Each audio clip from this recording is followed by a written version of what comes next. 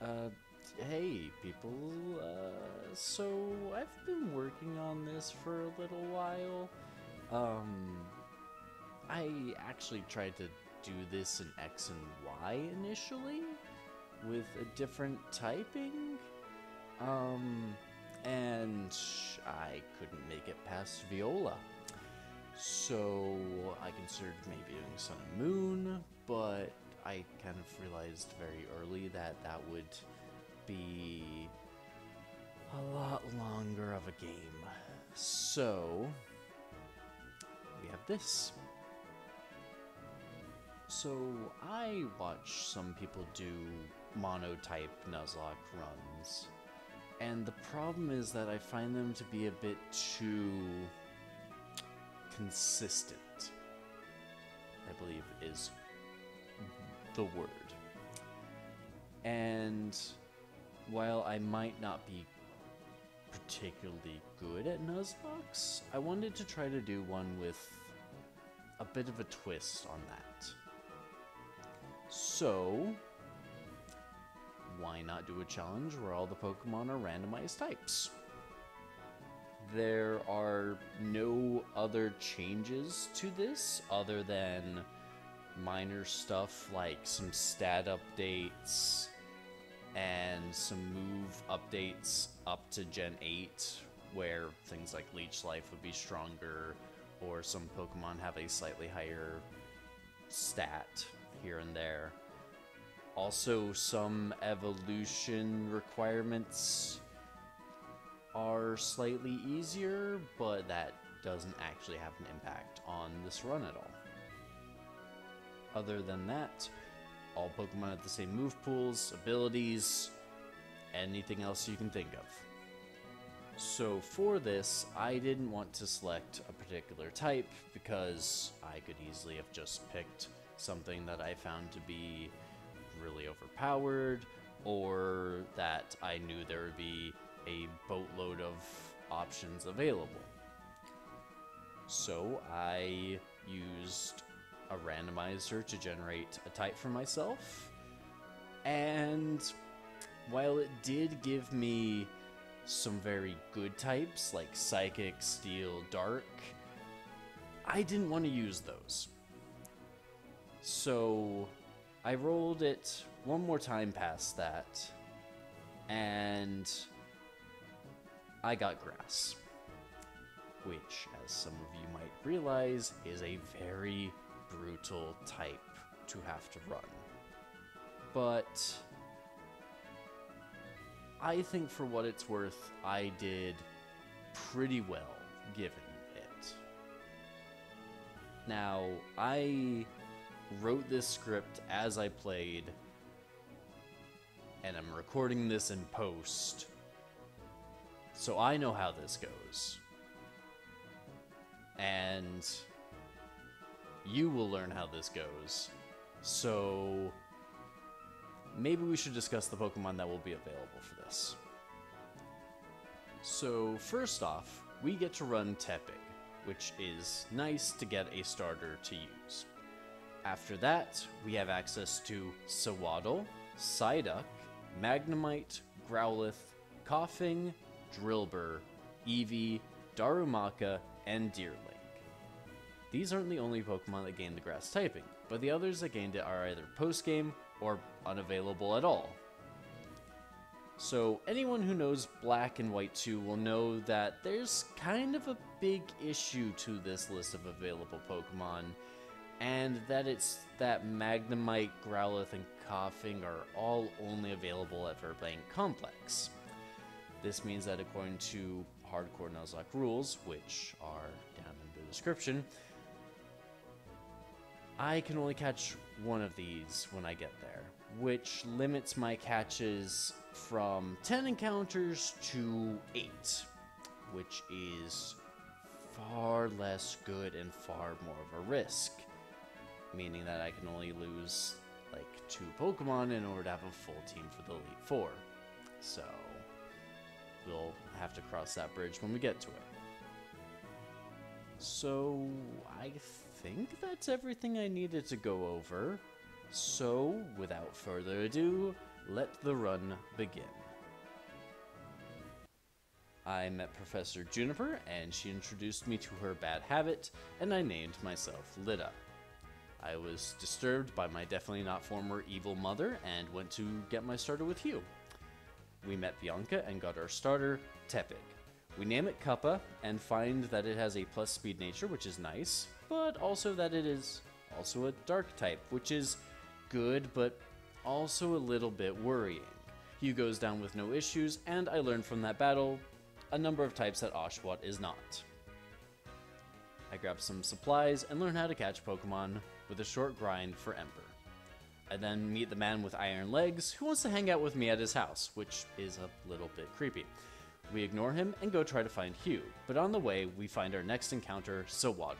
I name it Bola, and we need to talk about Sawaddle. Now, it and its Evo's stats are not the best, but they should be good enough for a normal run. The problem is in the typing. Normally it is a bug grass type, and that is one of the worst type combos ever made. But in this, it is actually a grass poison type, which is comparatively a fantastic combo. It loses 2 weaknesses and 2 of its quad weaknesses, and only gains a weakness due to this, and is immune to being poisoned, which is way more than worth it for that trade-off. It's a minus attack nature, which is really bad, but I'm honestly happy to be using it. We grind him up a bit and go to Flockeezy Ranch. Normally we would go to face Hugh right now, but instead we have another encounter to get. It's a Psyduck. So little did we know that the hairs on its head are actually grass. I name it Plata, and it's plus special attack, which is actually really nice. Also, its ability is Damp, which isn't normally useful, but might have a couple times to show itself. Also, the abilities of my 2 other Pokemon just give a boost to Fire when low on health, and Bug moves when low on health, which is fine considering that the only other ability that Sawaddle can have is not very good. But once I get everyone to level 8, I go and try to take on Hugh. I rotate through my team to look for a weakness that Oshawott might have, but nothing more than neutral, but it can't really do much to any of my Pokemon. On the way to the Plasma Grunt, I learned something crucial. Lillipup is weak to water. That means that I have a super effective attack to use against Sharon, and hopefully win the first badge easily. And later, while battling, I actually learned that it's also weak to fire, so yeah, this should be good. I head back, beat up a couple kids' monkeys, beat the 2 trainers in the gym, and grind everything up to level 13 to match Sharon. I start with Plata, working to weaken Patrat, and managing a crit just as it got healed with a potion. When Lillipup comes in, I switch to Tepig as it works up, which is kind of scary. It outpaces and sets up again, and I get a first turn burn. Lowered attack and burn damage quickly take it out, winning me the first badge. It feels so good to get past the gym, and walking towards Gym 2, I know I have a great chance given the moves my team has. I make my way to Verbank with no issues. Now, I have a major decision to make here. You see, in Verbank Complex, I can get one of my 3 encounters, Magnemite, Growlithe, and Coughing. And all of them are good in very different ways. And if I were to search outside the main complex, I could only find Magnemite. Which, mind you, is good, but I don't know if that's what I want yet. And if I search in the complex, I can find all 3 of the encounters. But if I search in Darkgrass, I can chance getting a double battle, a higher level Pokemon, and a chance at a held item. But funnily enough, getting it at a higher level is actually a bad idea. Mostly due to EVs, but I'm not going to get into that. So I choose to look in normal grass in the complex and stumble into a Coughing, which is arguably the best of the 3 encounters considering its defense and levitate. I call her Jara, and she has a neutral nature, so no issues in the future, hopefully. Unfortunately, it doesn't last long as I lose her to the first trainer in the gym's Venipede due to being outsped and hit by a critical. Ripjara, you gave your life to stop the rollout in Venipede. And after the other trainer, Kappa evolves into Big Knight. I finish grinding my team to the cap for Roxy and start the second gym battle. I lead with Kappa because I know that her coughing is grass type, so I boost up with Flame Charge to increase my speed for her second Mon, Whirlipede. I'm worried about its Venoshox, but I outspeed it and find out it's a ghost type. That's fine, that's fine. And its Venoshock only deals 18 damage to my super high health Kappa. I spend a couple turns to burn it, and then it crits me. I knew my luck would kick in. I couldn't risk switching out, and I needed to at least try for the burn. Well, with that disappointing turn of events, I switched into Bola, and I'm immediately outpaced, but the poison second typing I have makes Venoshock only do 8 damage. The next turn is even less damage, and she heals after that, and I try to get lucky with a couple crits, even with Protect going up over and over again. I get it down to yellow, and I get the crit I'm looking for to seal the deal. Badge 2 is down, though not without a major sacrifice. As much as it sucks to lose our starter, especially a high health brutal fire user, we have a couple nice Pokemon coming up to help ease the damage we have suffered. I put Kappa in the box and go to see if being a celebrity can help cheer us up. I get convinced to put my body on camera and set sail to Castelia City. There's a lot to do at this point, so let's just do this in order, aka without order. I got Bola and Massage, got the EXP share, got some charcoal, caught a Darumaka called Forka, and did a couple little things before I clamber into the sewers with Hugh. We wander around, definitely don't get lost, collect a few items, and Bola evolves into Swadloon at level 20.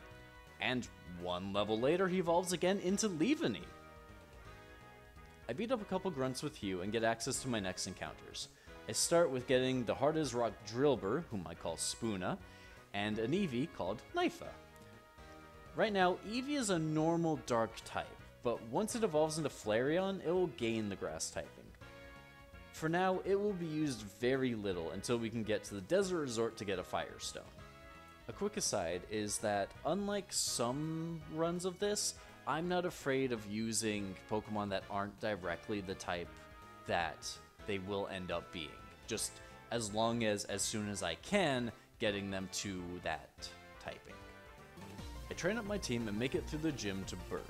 Now, hopefully this goes without issue, but I'm actually pretty confident in my team, considering that we have the same ace Pokemon currently.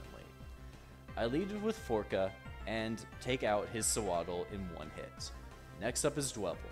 He uses a super effective Struggle Bug, and I miss. You see, Darumaka has Hustle as its ability.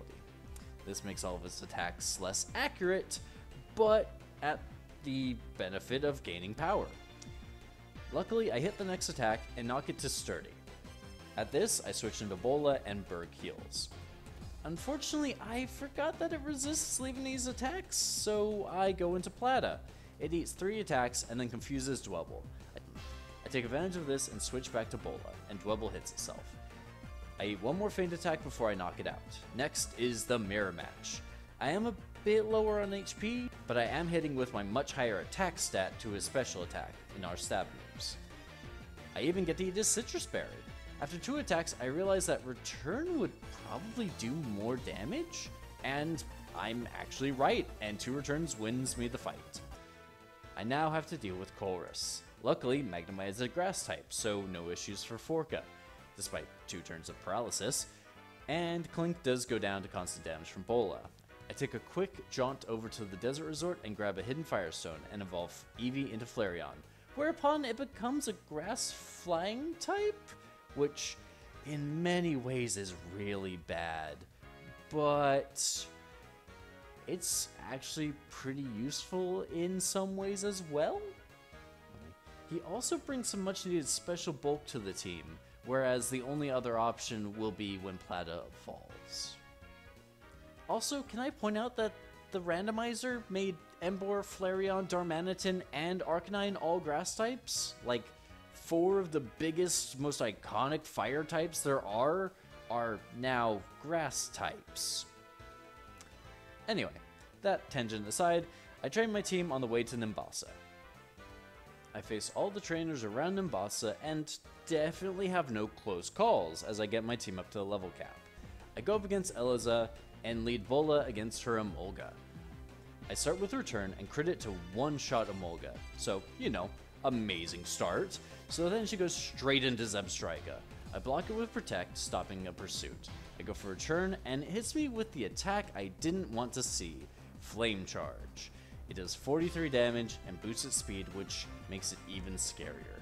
I risk switching to Flareon and hope for Flame Charge to activate Flash Fire. Instead, it just does Quick Attack. It hits me with another Quick Attack and I put it in a Fire Spin. It does a reasonable amount of damage with Volt Switch and goes into Flaffy as I go for Dig. It immediately gets one shot by Dig and has to go back to a slowed down Zebstrika. It uses Pursuit as I dig and it misses while I'm underground, and then I crit. So Eliza was defeated with little issue, and I had so many crits against her that it's not even funny. I was kind of worried about Emolga initially, but then I learned it doesn't have any flying moves in Black and White too, which is kind of disappointing, you know? Like, it was a scary Pokemon in Black and White initially, but now it's kind of a joke. Anyway, next we go to help Hugh kick Team Plasma out of the city, and then go to face Charles in a rotation battle, which does worry me. I decided to start with Nifa and go for Fire Spin to do damage while I'm digging, but he rotates into Archon and it's super effective and crits, so down it goes. Okay, no complaints. Sludgelift then Light Screens and Air Cutters, eating my Fire Spin and Bite with little issue. Luckily, despite the grass typing, Flareon is a special tank. I then need another Air Cutter and Dig. At this, he rotates into Tortuga, and it gets hit by the Dig, and another crit. Are you okay, Nifa? You don't have a scope lens or a razor claw, so this is odd. Anyways, at this, he uses a lower priority Whirlwind, and I dig. I come up, and it's super effective, knocking out the Sigilif. Well, that went well. I make it to Dirt Vale and immediately pass through it, and I head to the Weather Research Institute facility place and get gifted a Deerling. Now, Deerling is a pure dragon type right now, but when it evolves, it will gain the grass typing. So for now, it's going to send the party to gain some experience. Also, I choose to get this Deerling over a random one because it has access to its hidden ability, Serene Grace. The other abilities are Chlorophyll and Sap Sipper, both of which are either too situational or pointless given that I'll have a quad resistance to grass moves. After this, I go train and evolve Drillbur into the monstrous Excadrill, and evolve Psyduck into my only special attacker, Golduck. Also, Golduck became a grass rock type? Funny that I got 2 of them. After I grind everyone up to the level cap, I go to face Clay. I lead with Flareon against his Croc Rock because it has only one move that it can really hit me with. It intimidates me, which has its own issues, and I lead Fire Spin to his Torment. I switch into Dig to make him miss. I make contact and he hits me with Crunch and lowers my defense, which is excessively worrying. I hope he doesn't waste an early heal and go for a quick attack, but he does, and I only do about a 5th. I figure it's too dangerous to eat another Crunch and switch to Golduck, who takes one for about 20 damage. I outspeed with Zen Headbutt and bring it down to the red, but take a Bulldoze, so I will undoubtedly be moving slower than it next turn, so I take another hit. He crunches me and lowers my defense, and I take it out with Return. And after that, he immediately goes into Excadrill. This is not good! I thought he'd go into Sand Slash, and now I have to think on the fly. He is probably going to use Bulldoze, so I figured the best bet is to bite the bullet and make this a mirror match. But he goes for Metal Claw and misses, which is like the greatest scenario ever. I outspeed and bring him to the red with Iron Head, but his Citrus Berry does activate, and he doesn't flinch, letting him get off a Bulldoze. And it crits me. Oh, this is so sketchy. He outspeeds me now, and I'm pretty sure the range of his bulldoze could kill me. And I really don't want to lose Excadrill. So I do the only thing I can think of to maybe turn this around, and I switch back into Knifa. And the game cheats me. Or at least that's what I claim. Excadrill goes for a completely uncalled for Rock Slide, and given that Flareon is a grass flying type, it's completely destroyed. I cannot describe how frustrating that is. I go back into Spoona and outspeed Ironhead to knock it out. He then goes into his final Pokemon, Sandslash, and I decide to test out Ironhead on it, but it resists, and I take a rather weak Bulldoze. I decide it isn't worth risking anything else, so I go into Bola and eat a Fury Cutter on the switch. I use a Razor Leaf, which is also resisted, and take a Crush Claw. So I determine that this thing is either Fire or Steel type, and decide to test Switch with a return. It isn't resisted, which confirms Fire.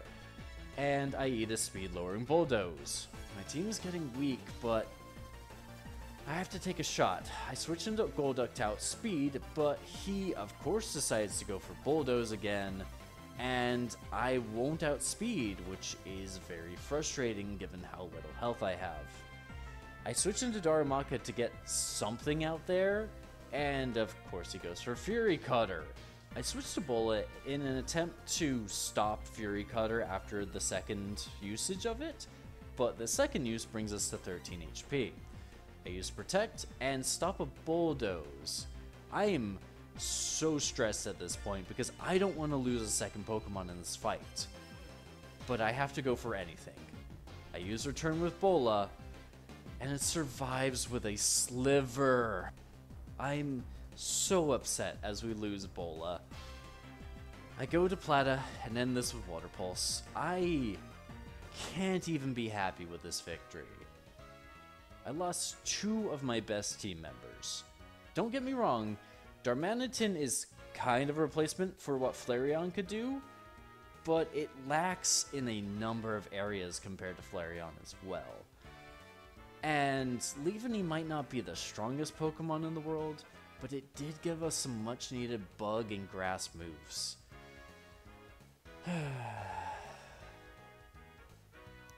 And at this point, I'm starting to have doubts about being able to even beat this. I have 4 team members, and I'm going to be honest, most of my hopes might be riding on Excadrill to carry the team. Oh, and also, just to acknowledge this, I do have a personal rule that when a Pokemon dies, the item it's holding stays on it, which makes it even more risky to let them die. Tell me what you think about that. Would you rather me take held items off of dead Pokemon, or do you think that that ruling makes sense? I've seen it both ways, and I'm just curious what you think would make things the best, most interesting, however you want to phrase things.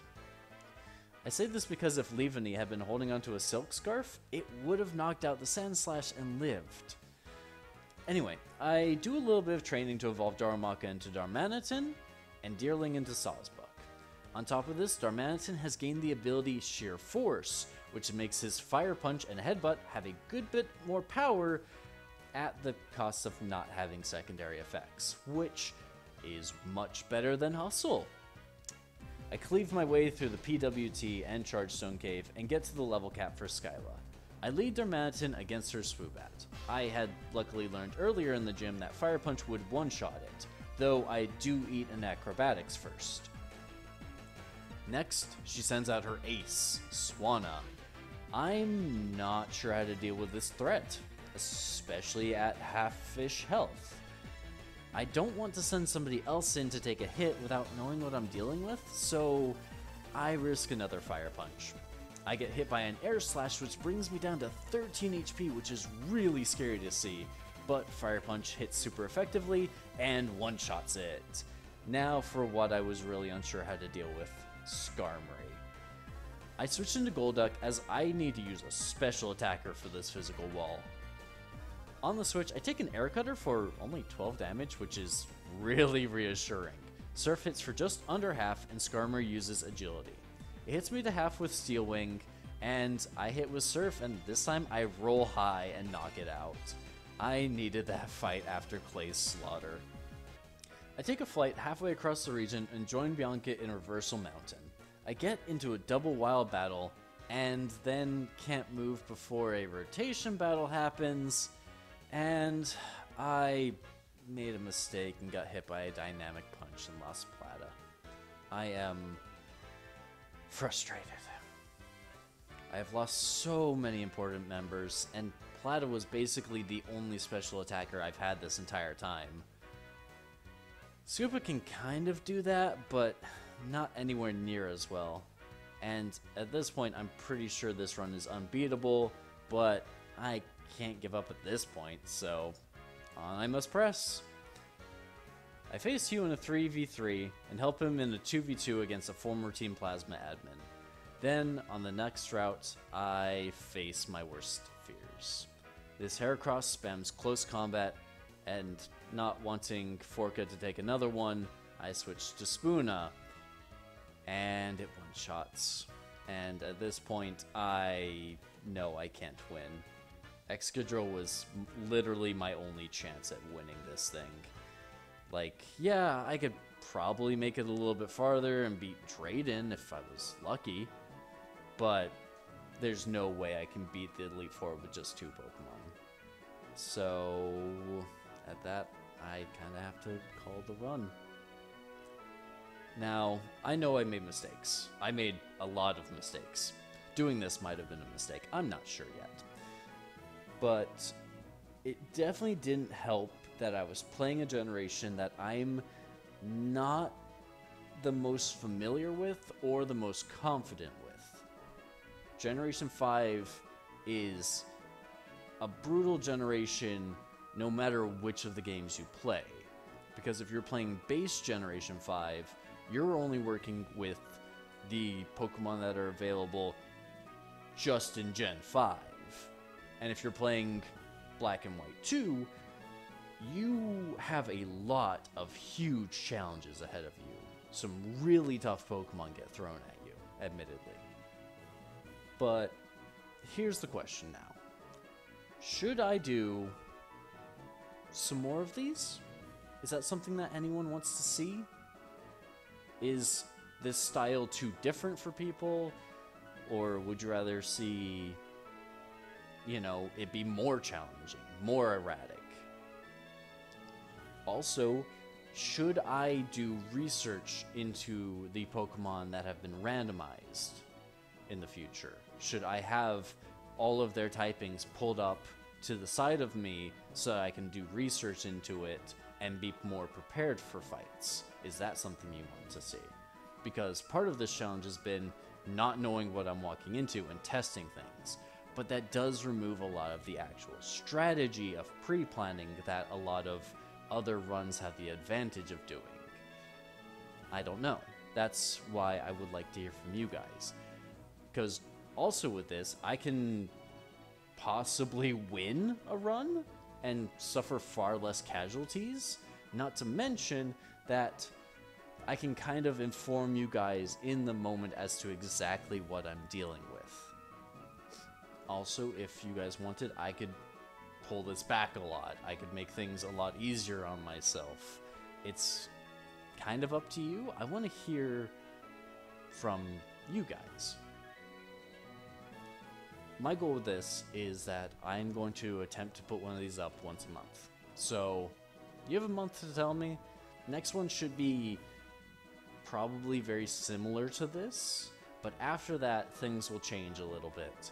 And hopefully things will be good. Hopefully. Hopefully I can win one. That's the goal with this. It's just to win one. I'm not good at these, but it's fun. It's a fun side project for me to work on in the afternoons. So I want to keep doing these, and I want to have some fun with it. So hopefully you guys enjoyed, and I guess I'll see you in the next one. Have a good evening, people. Later.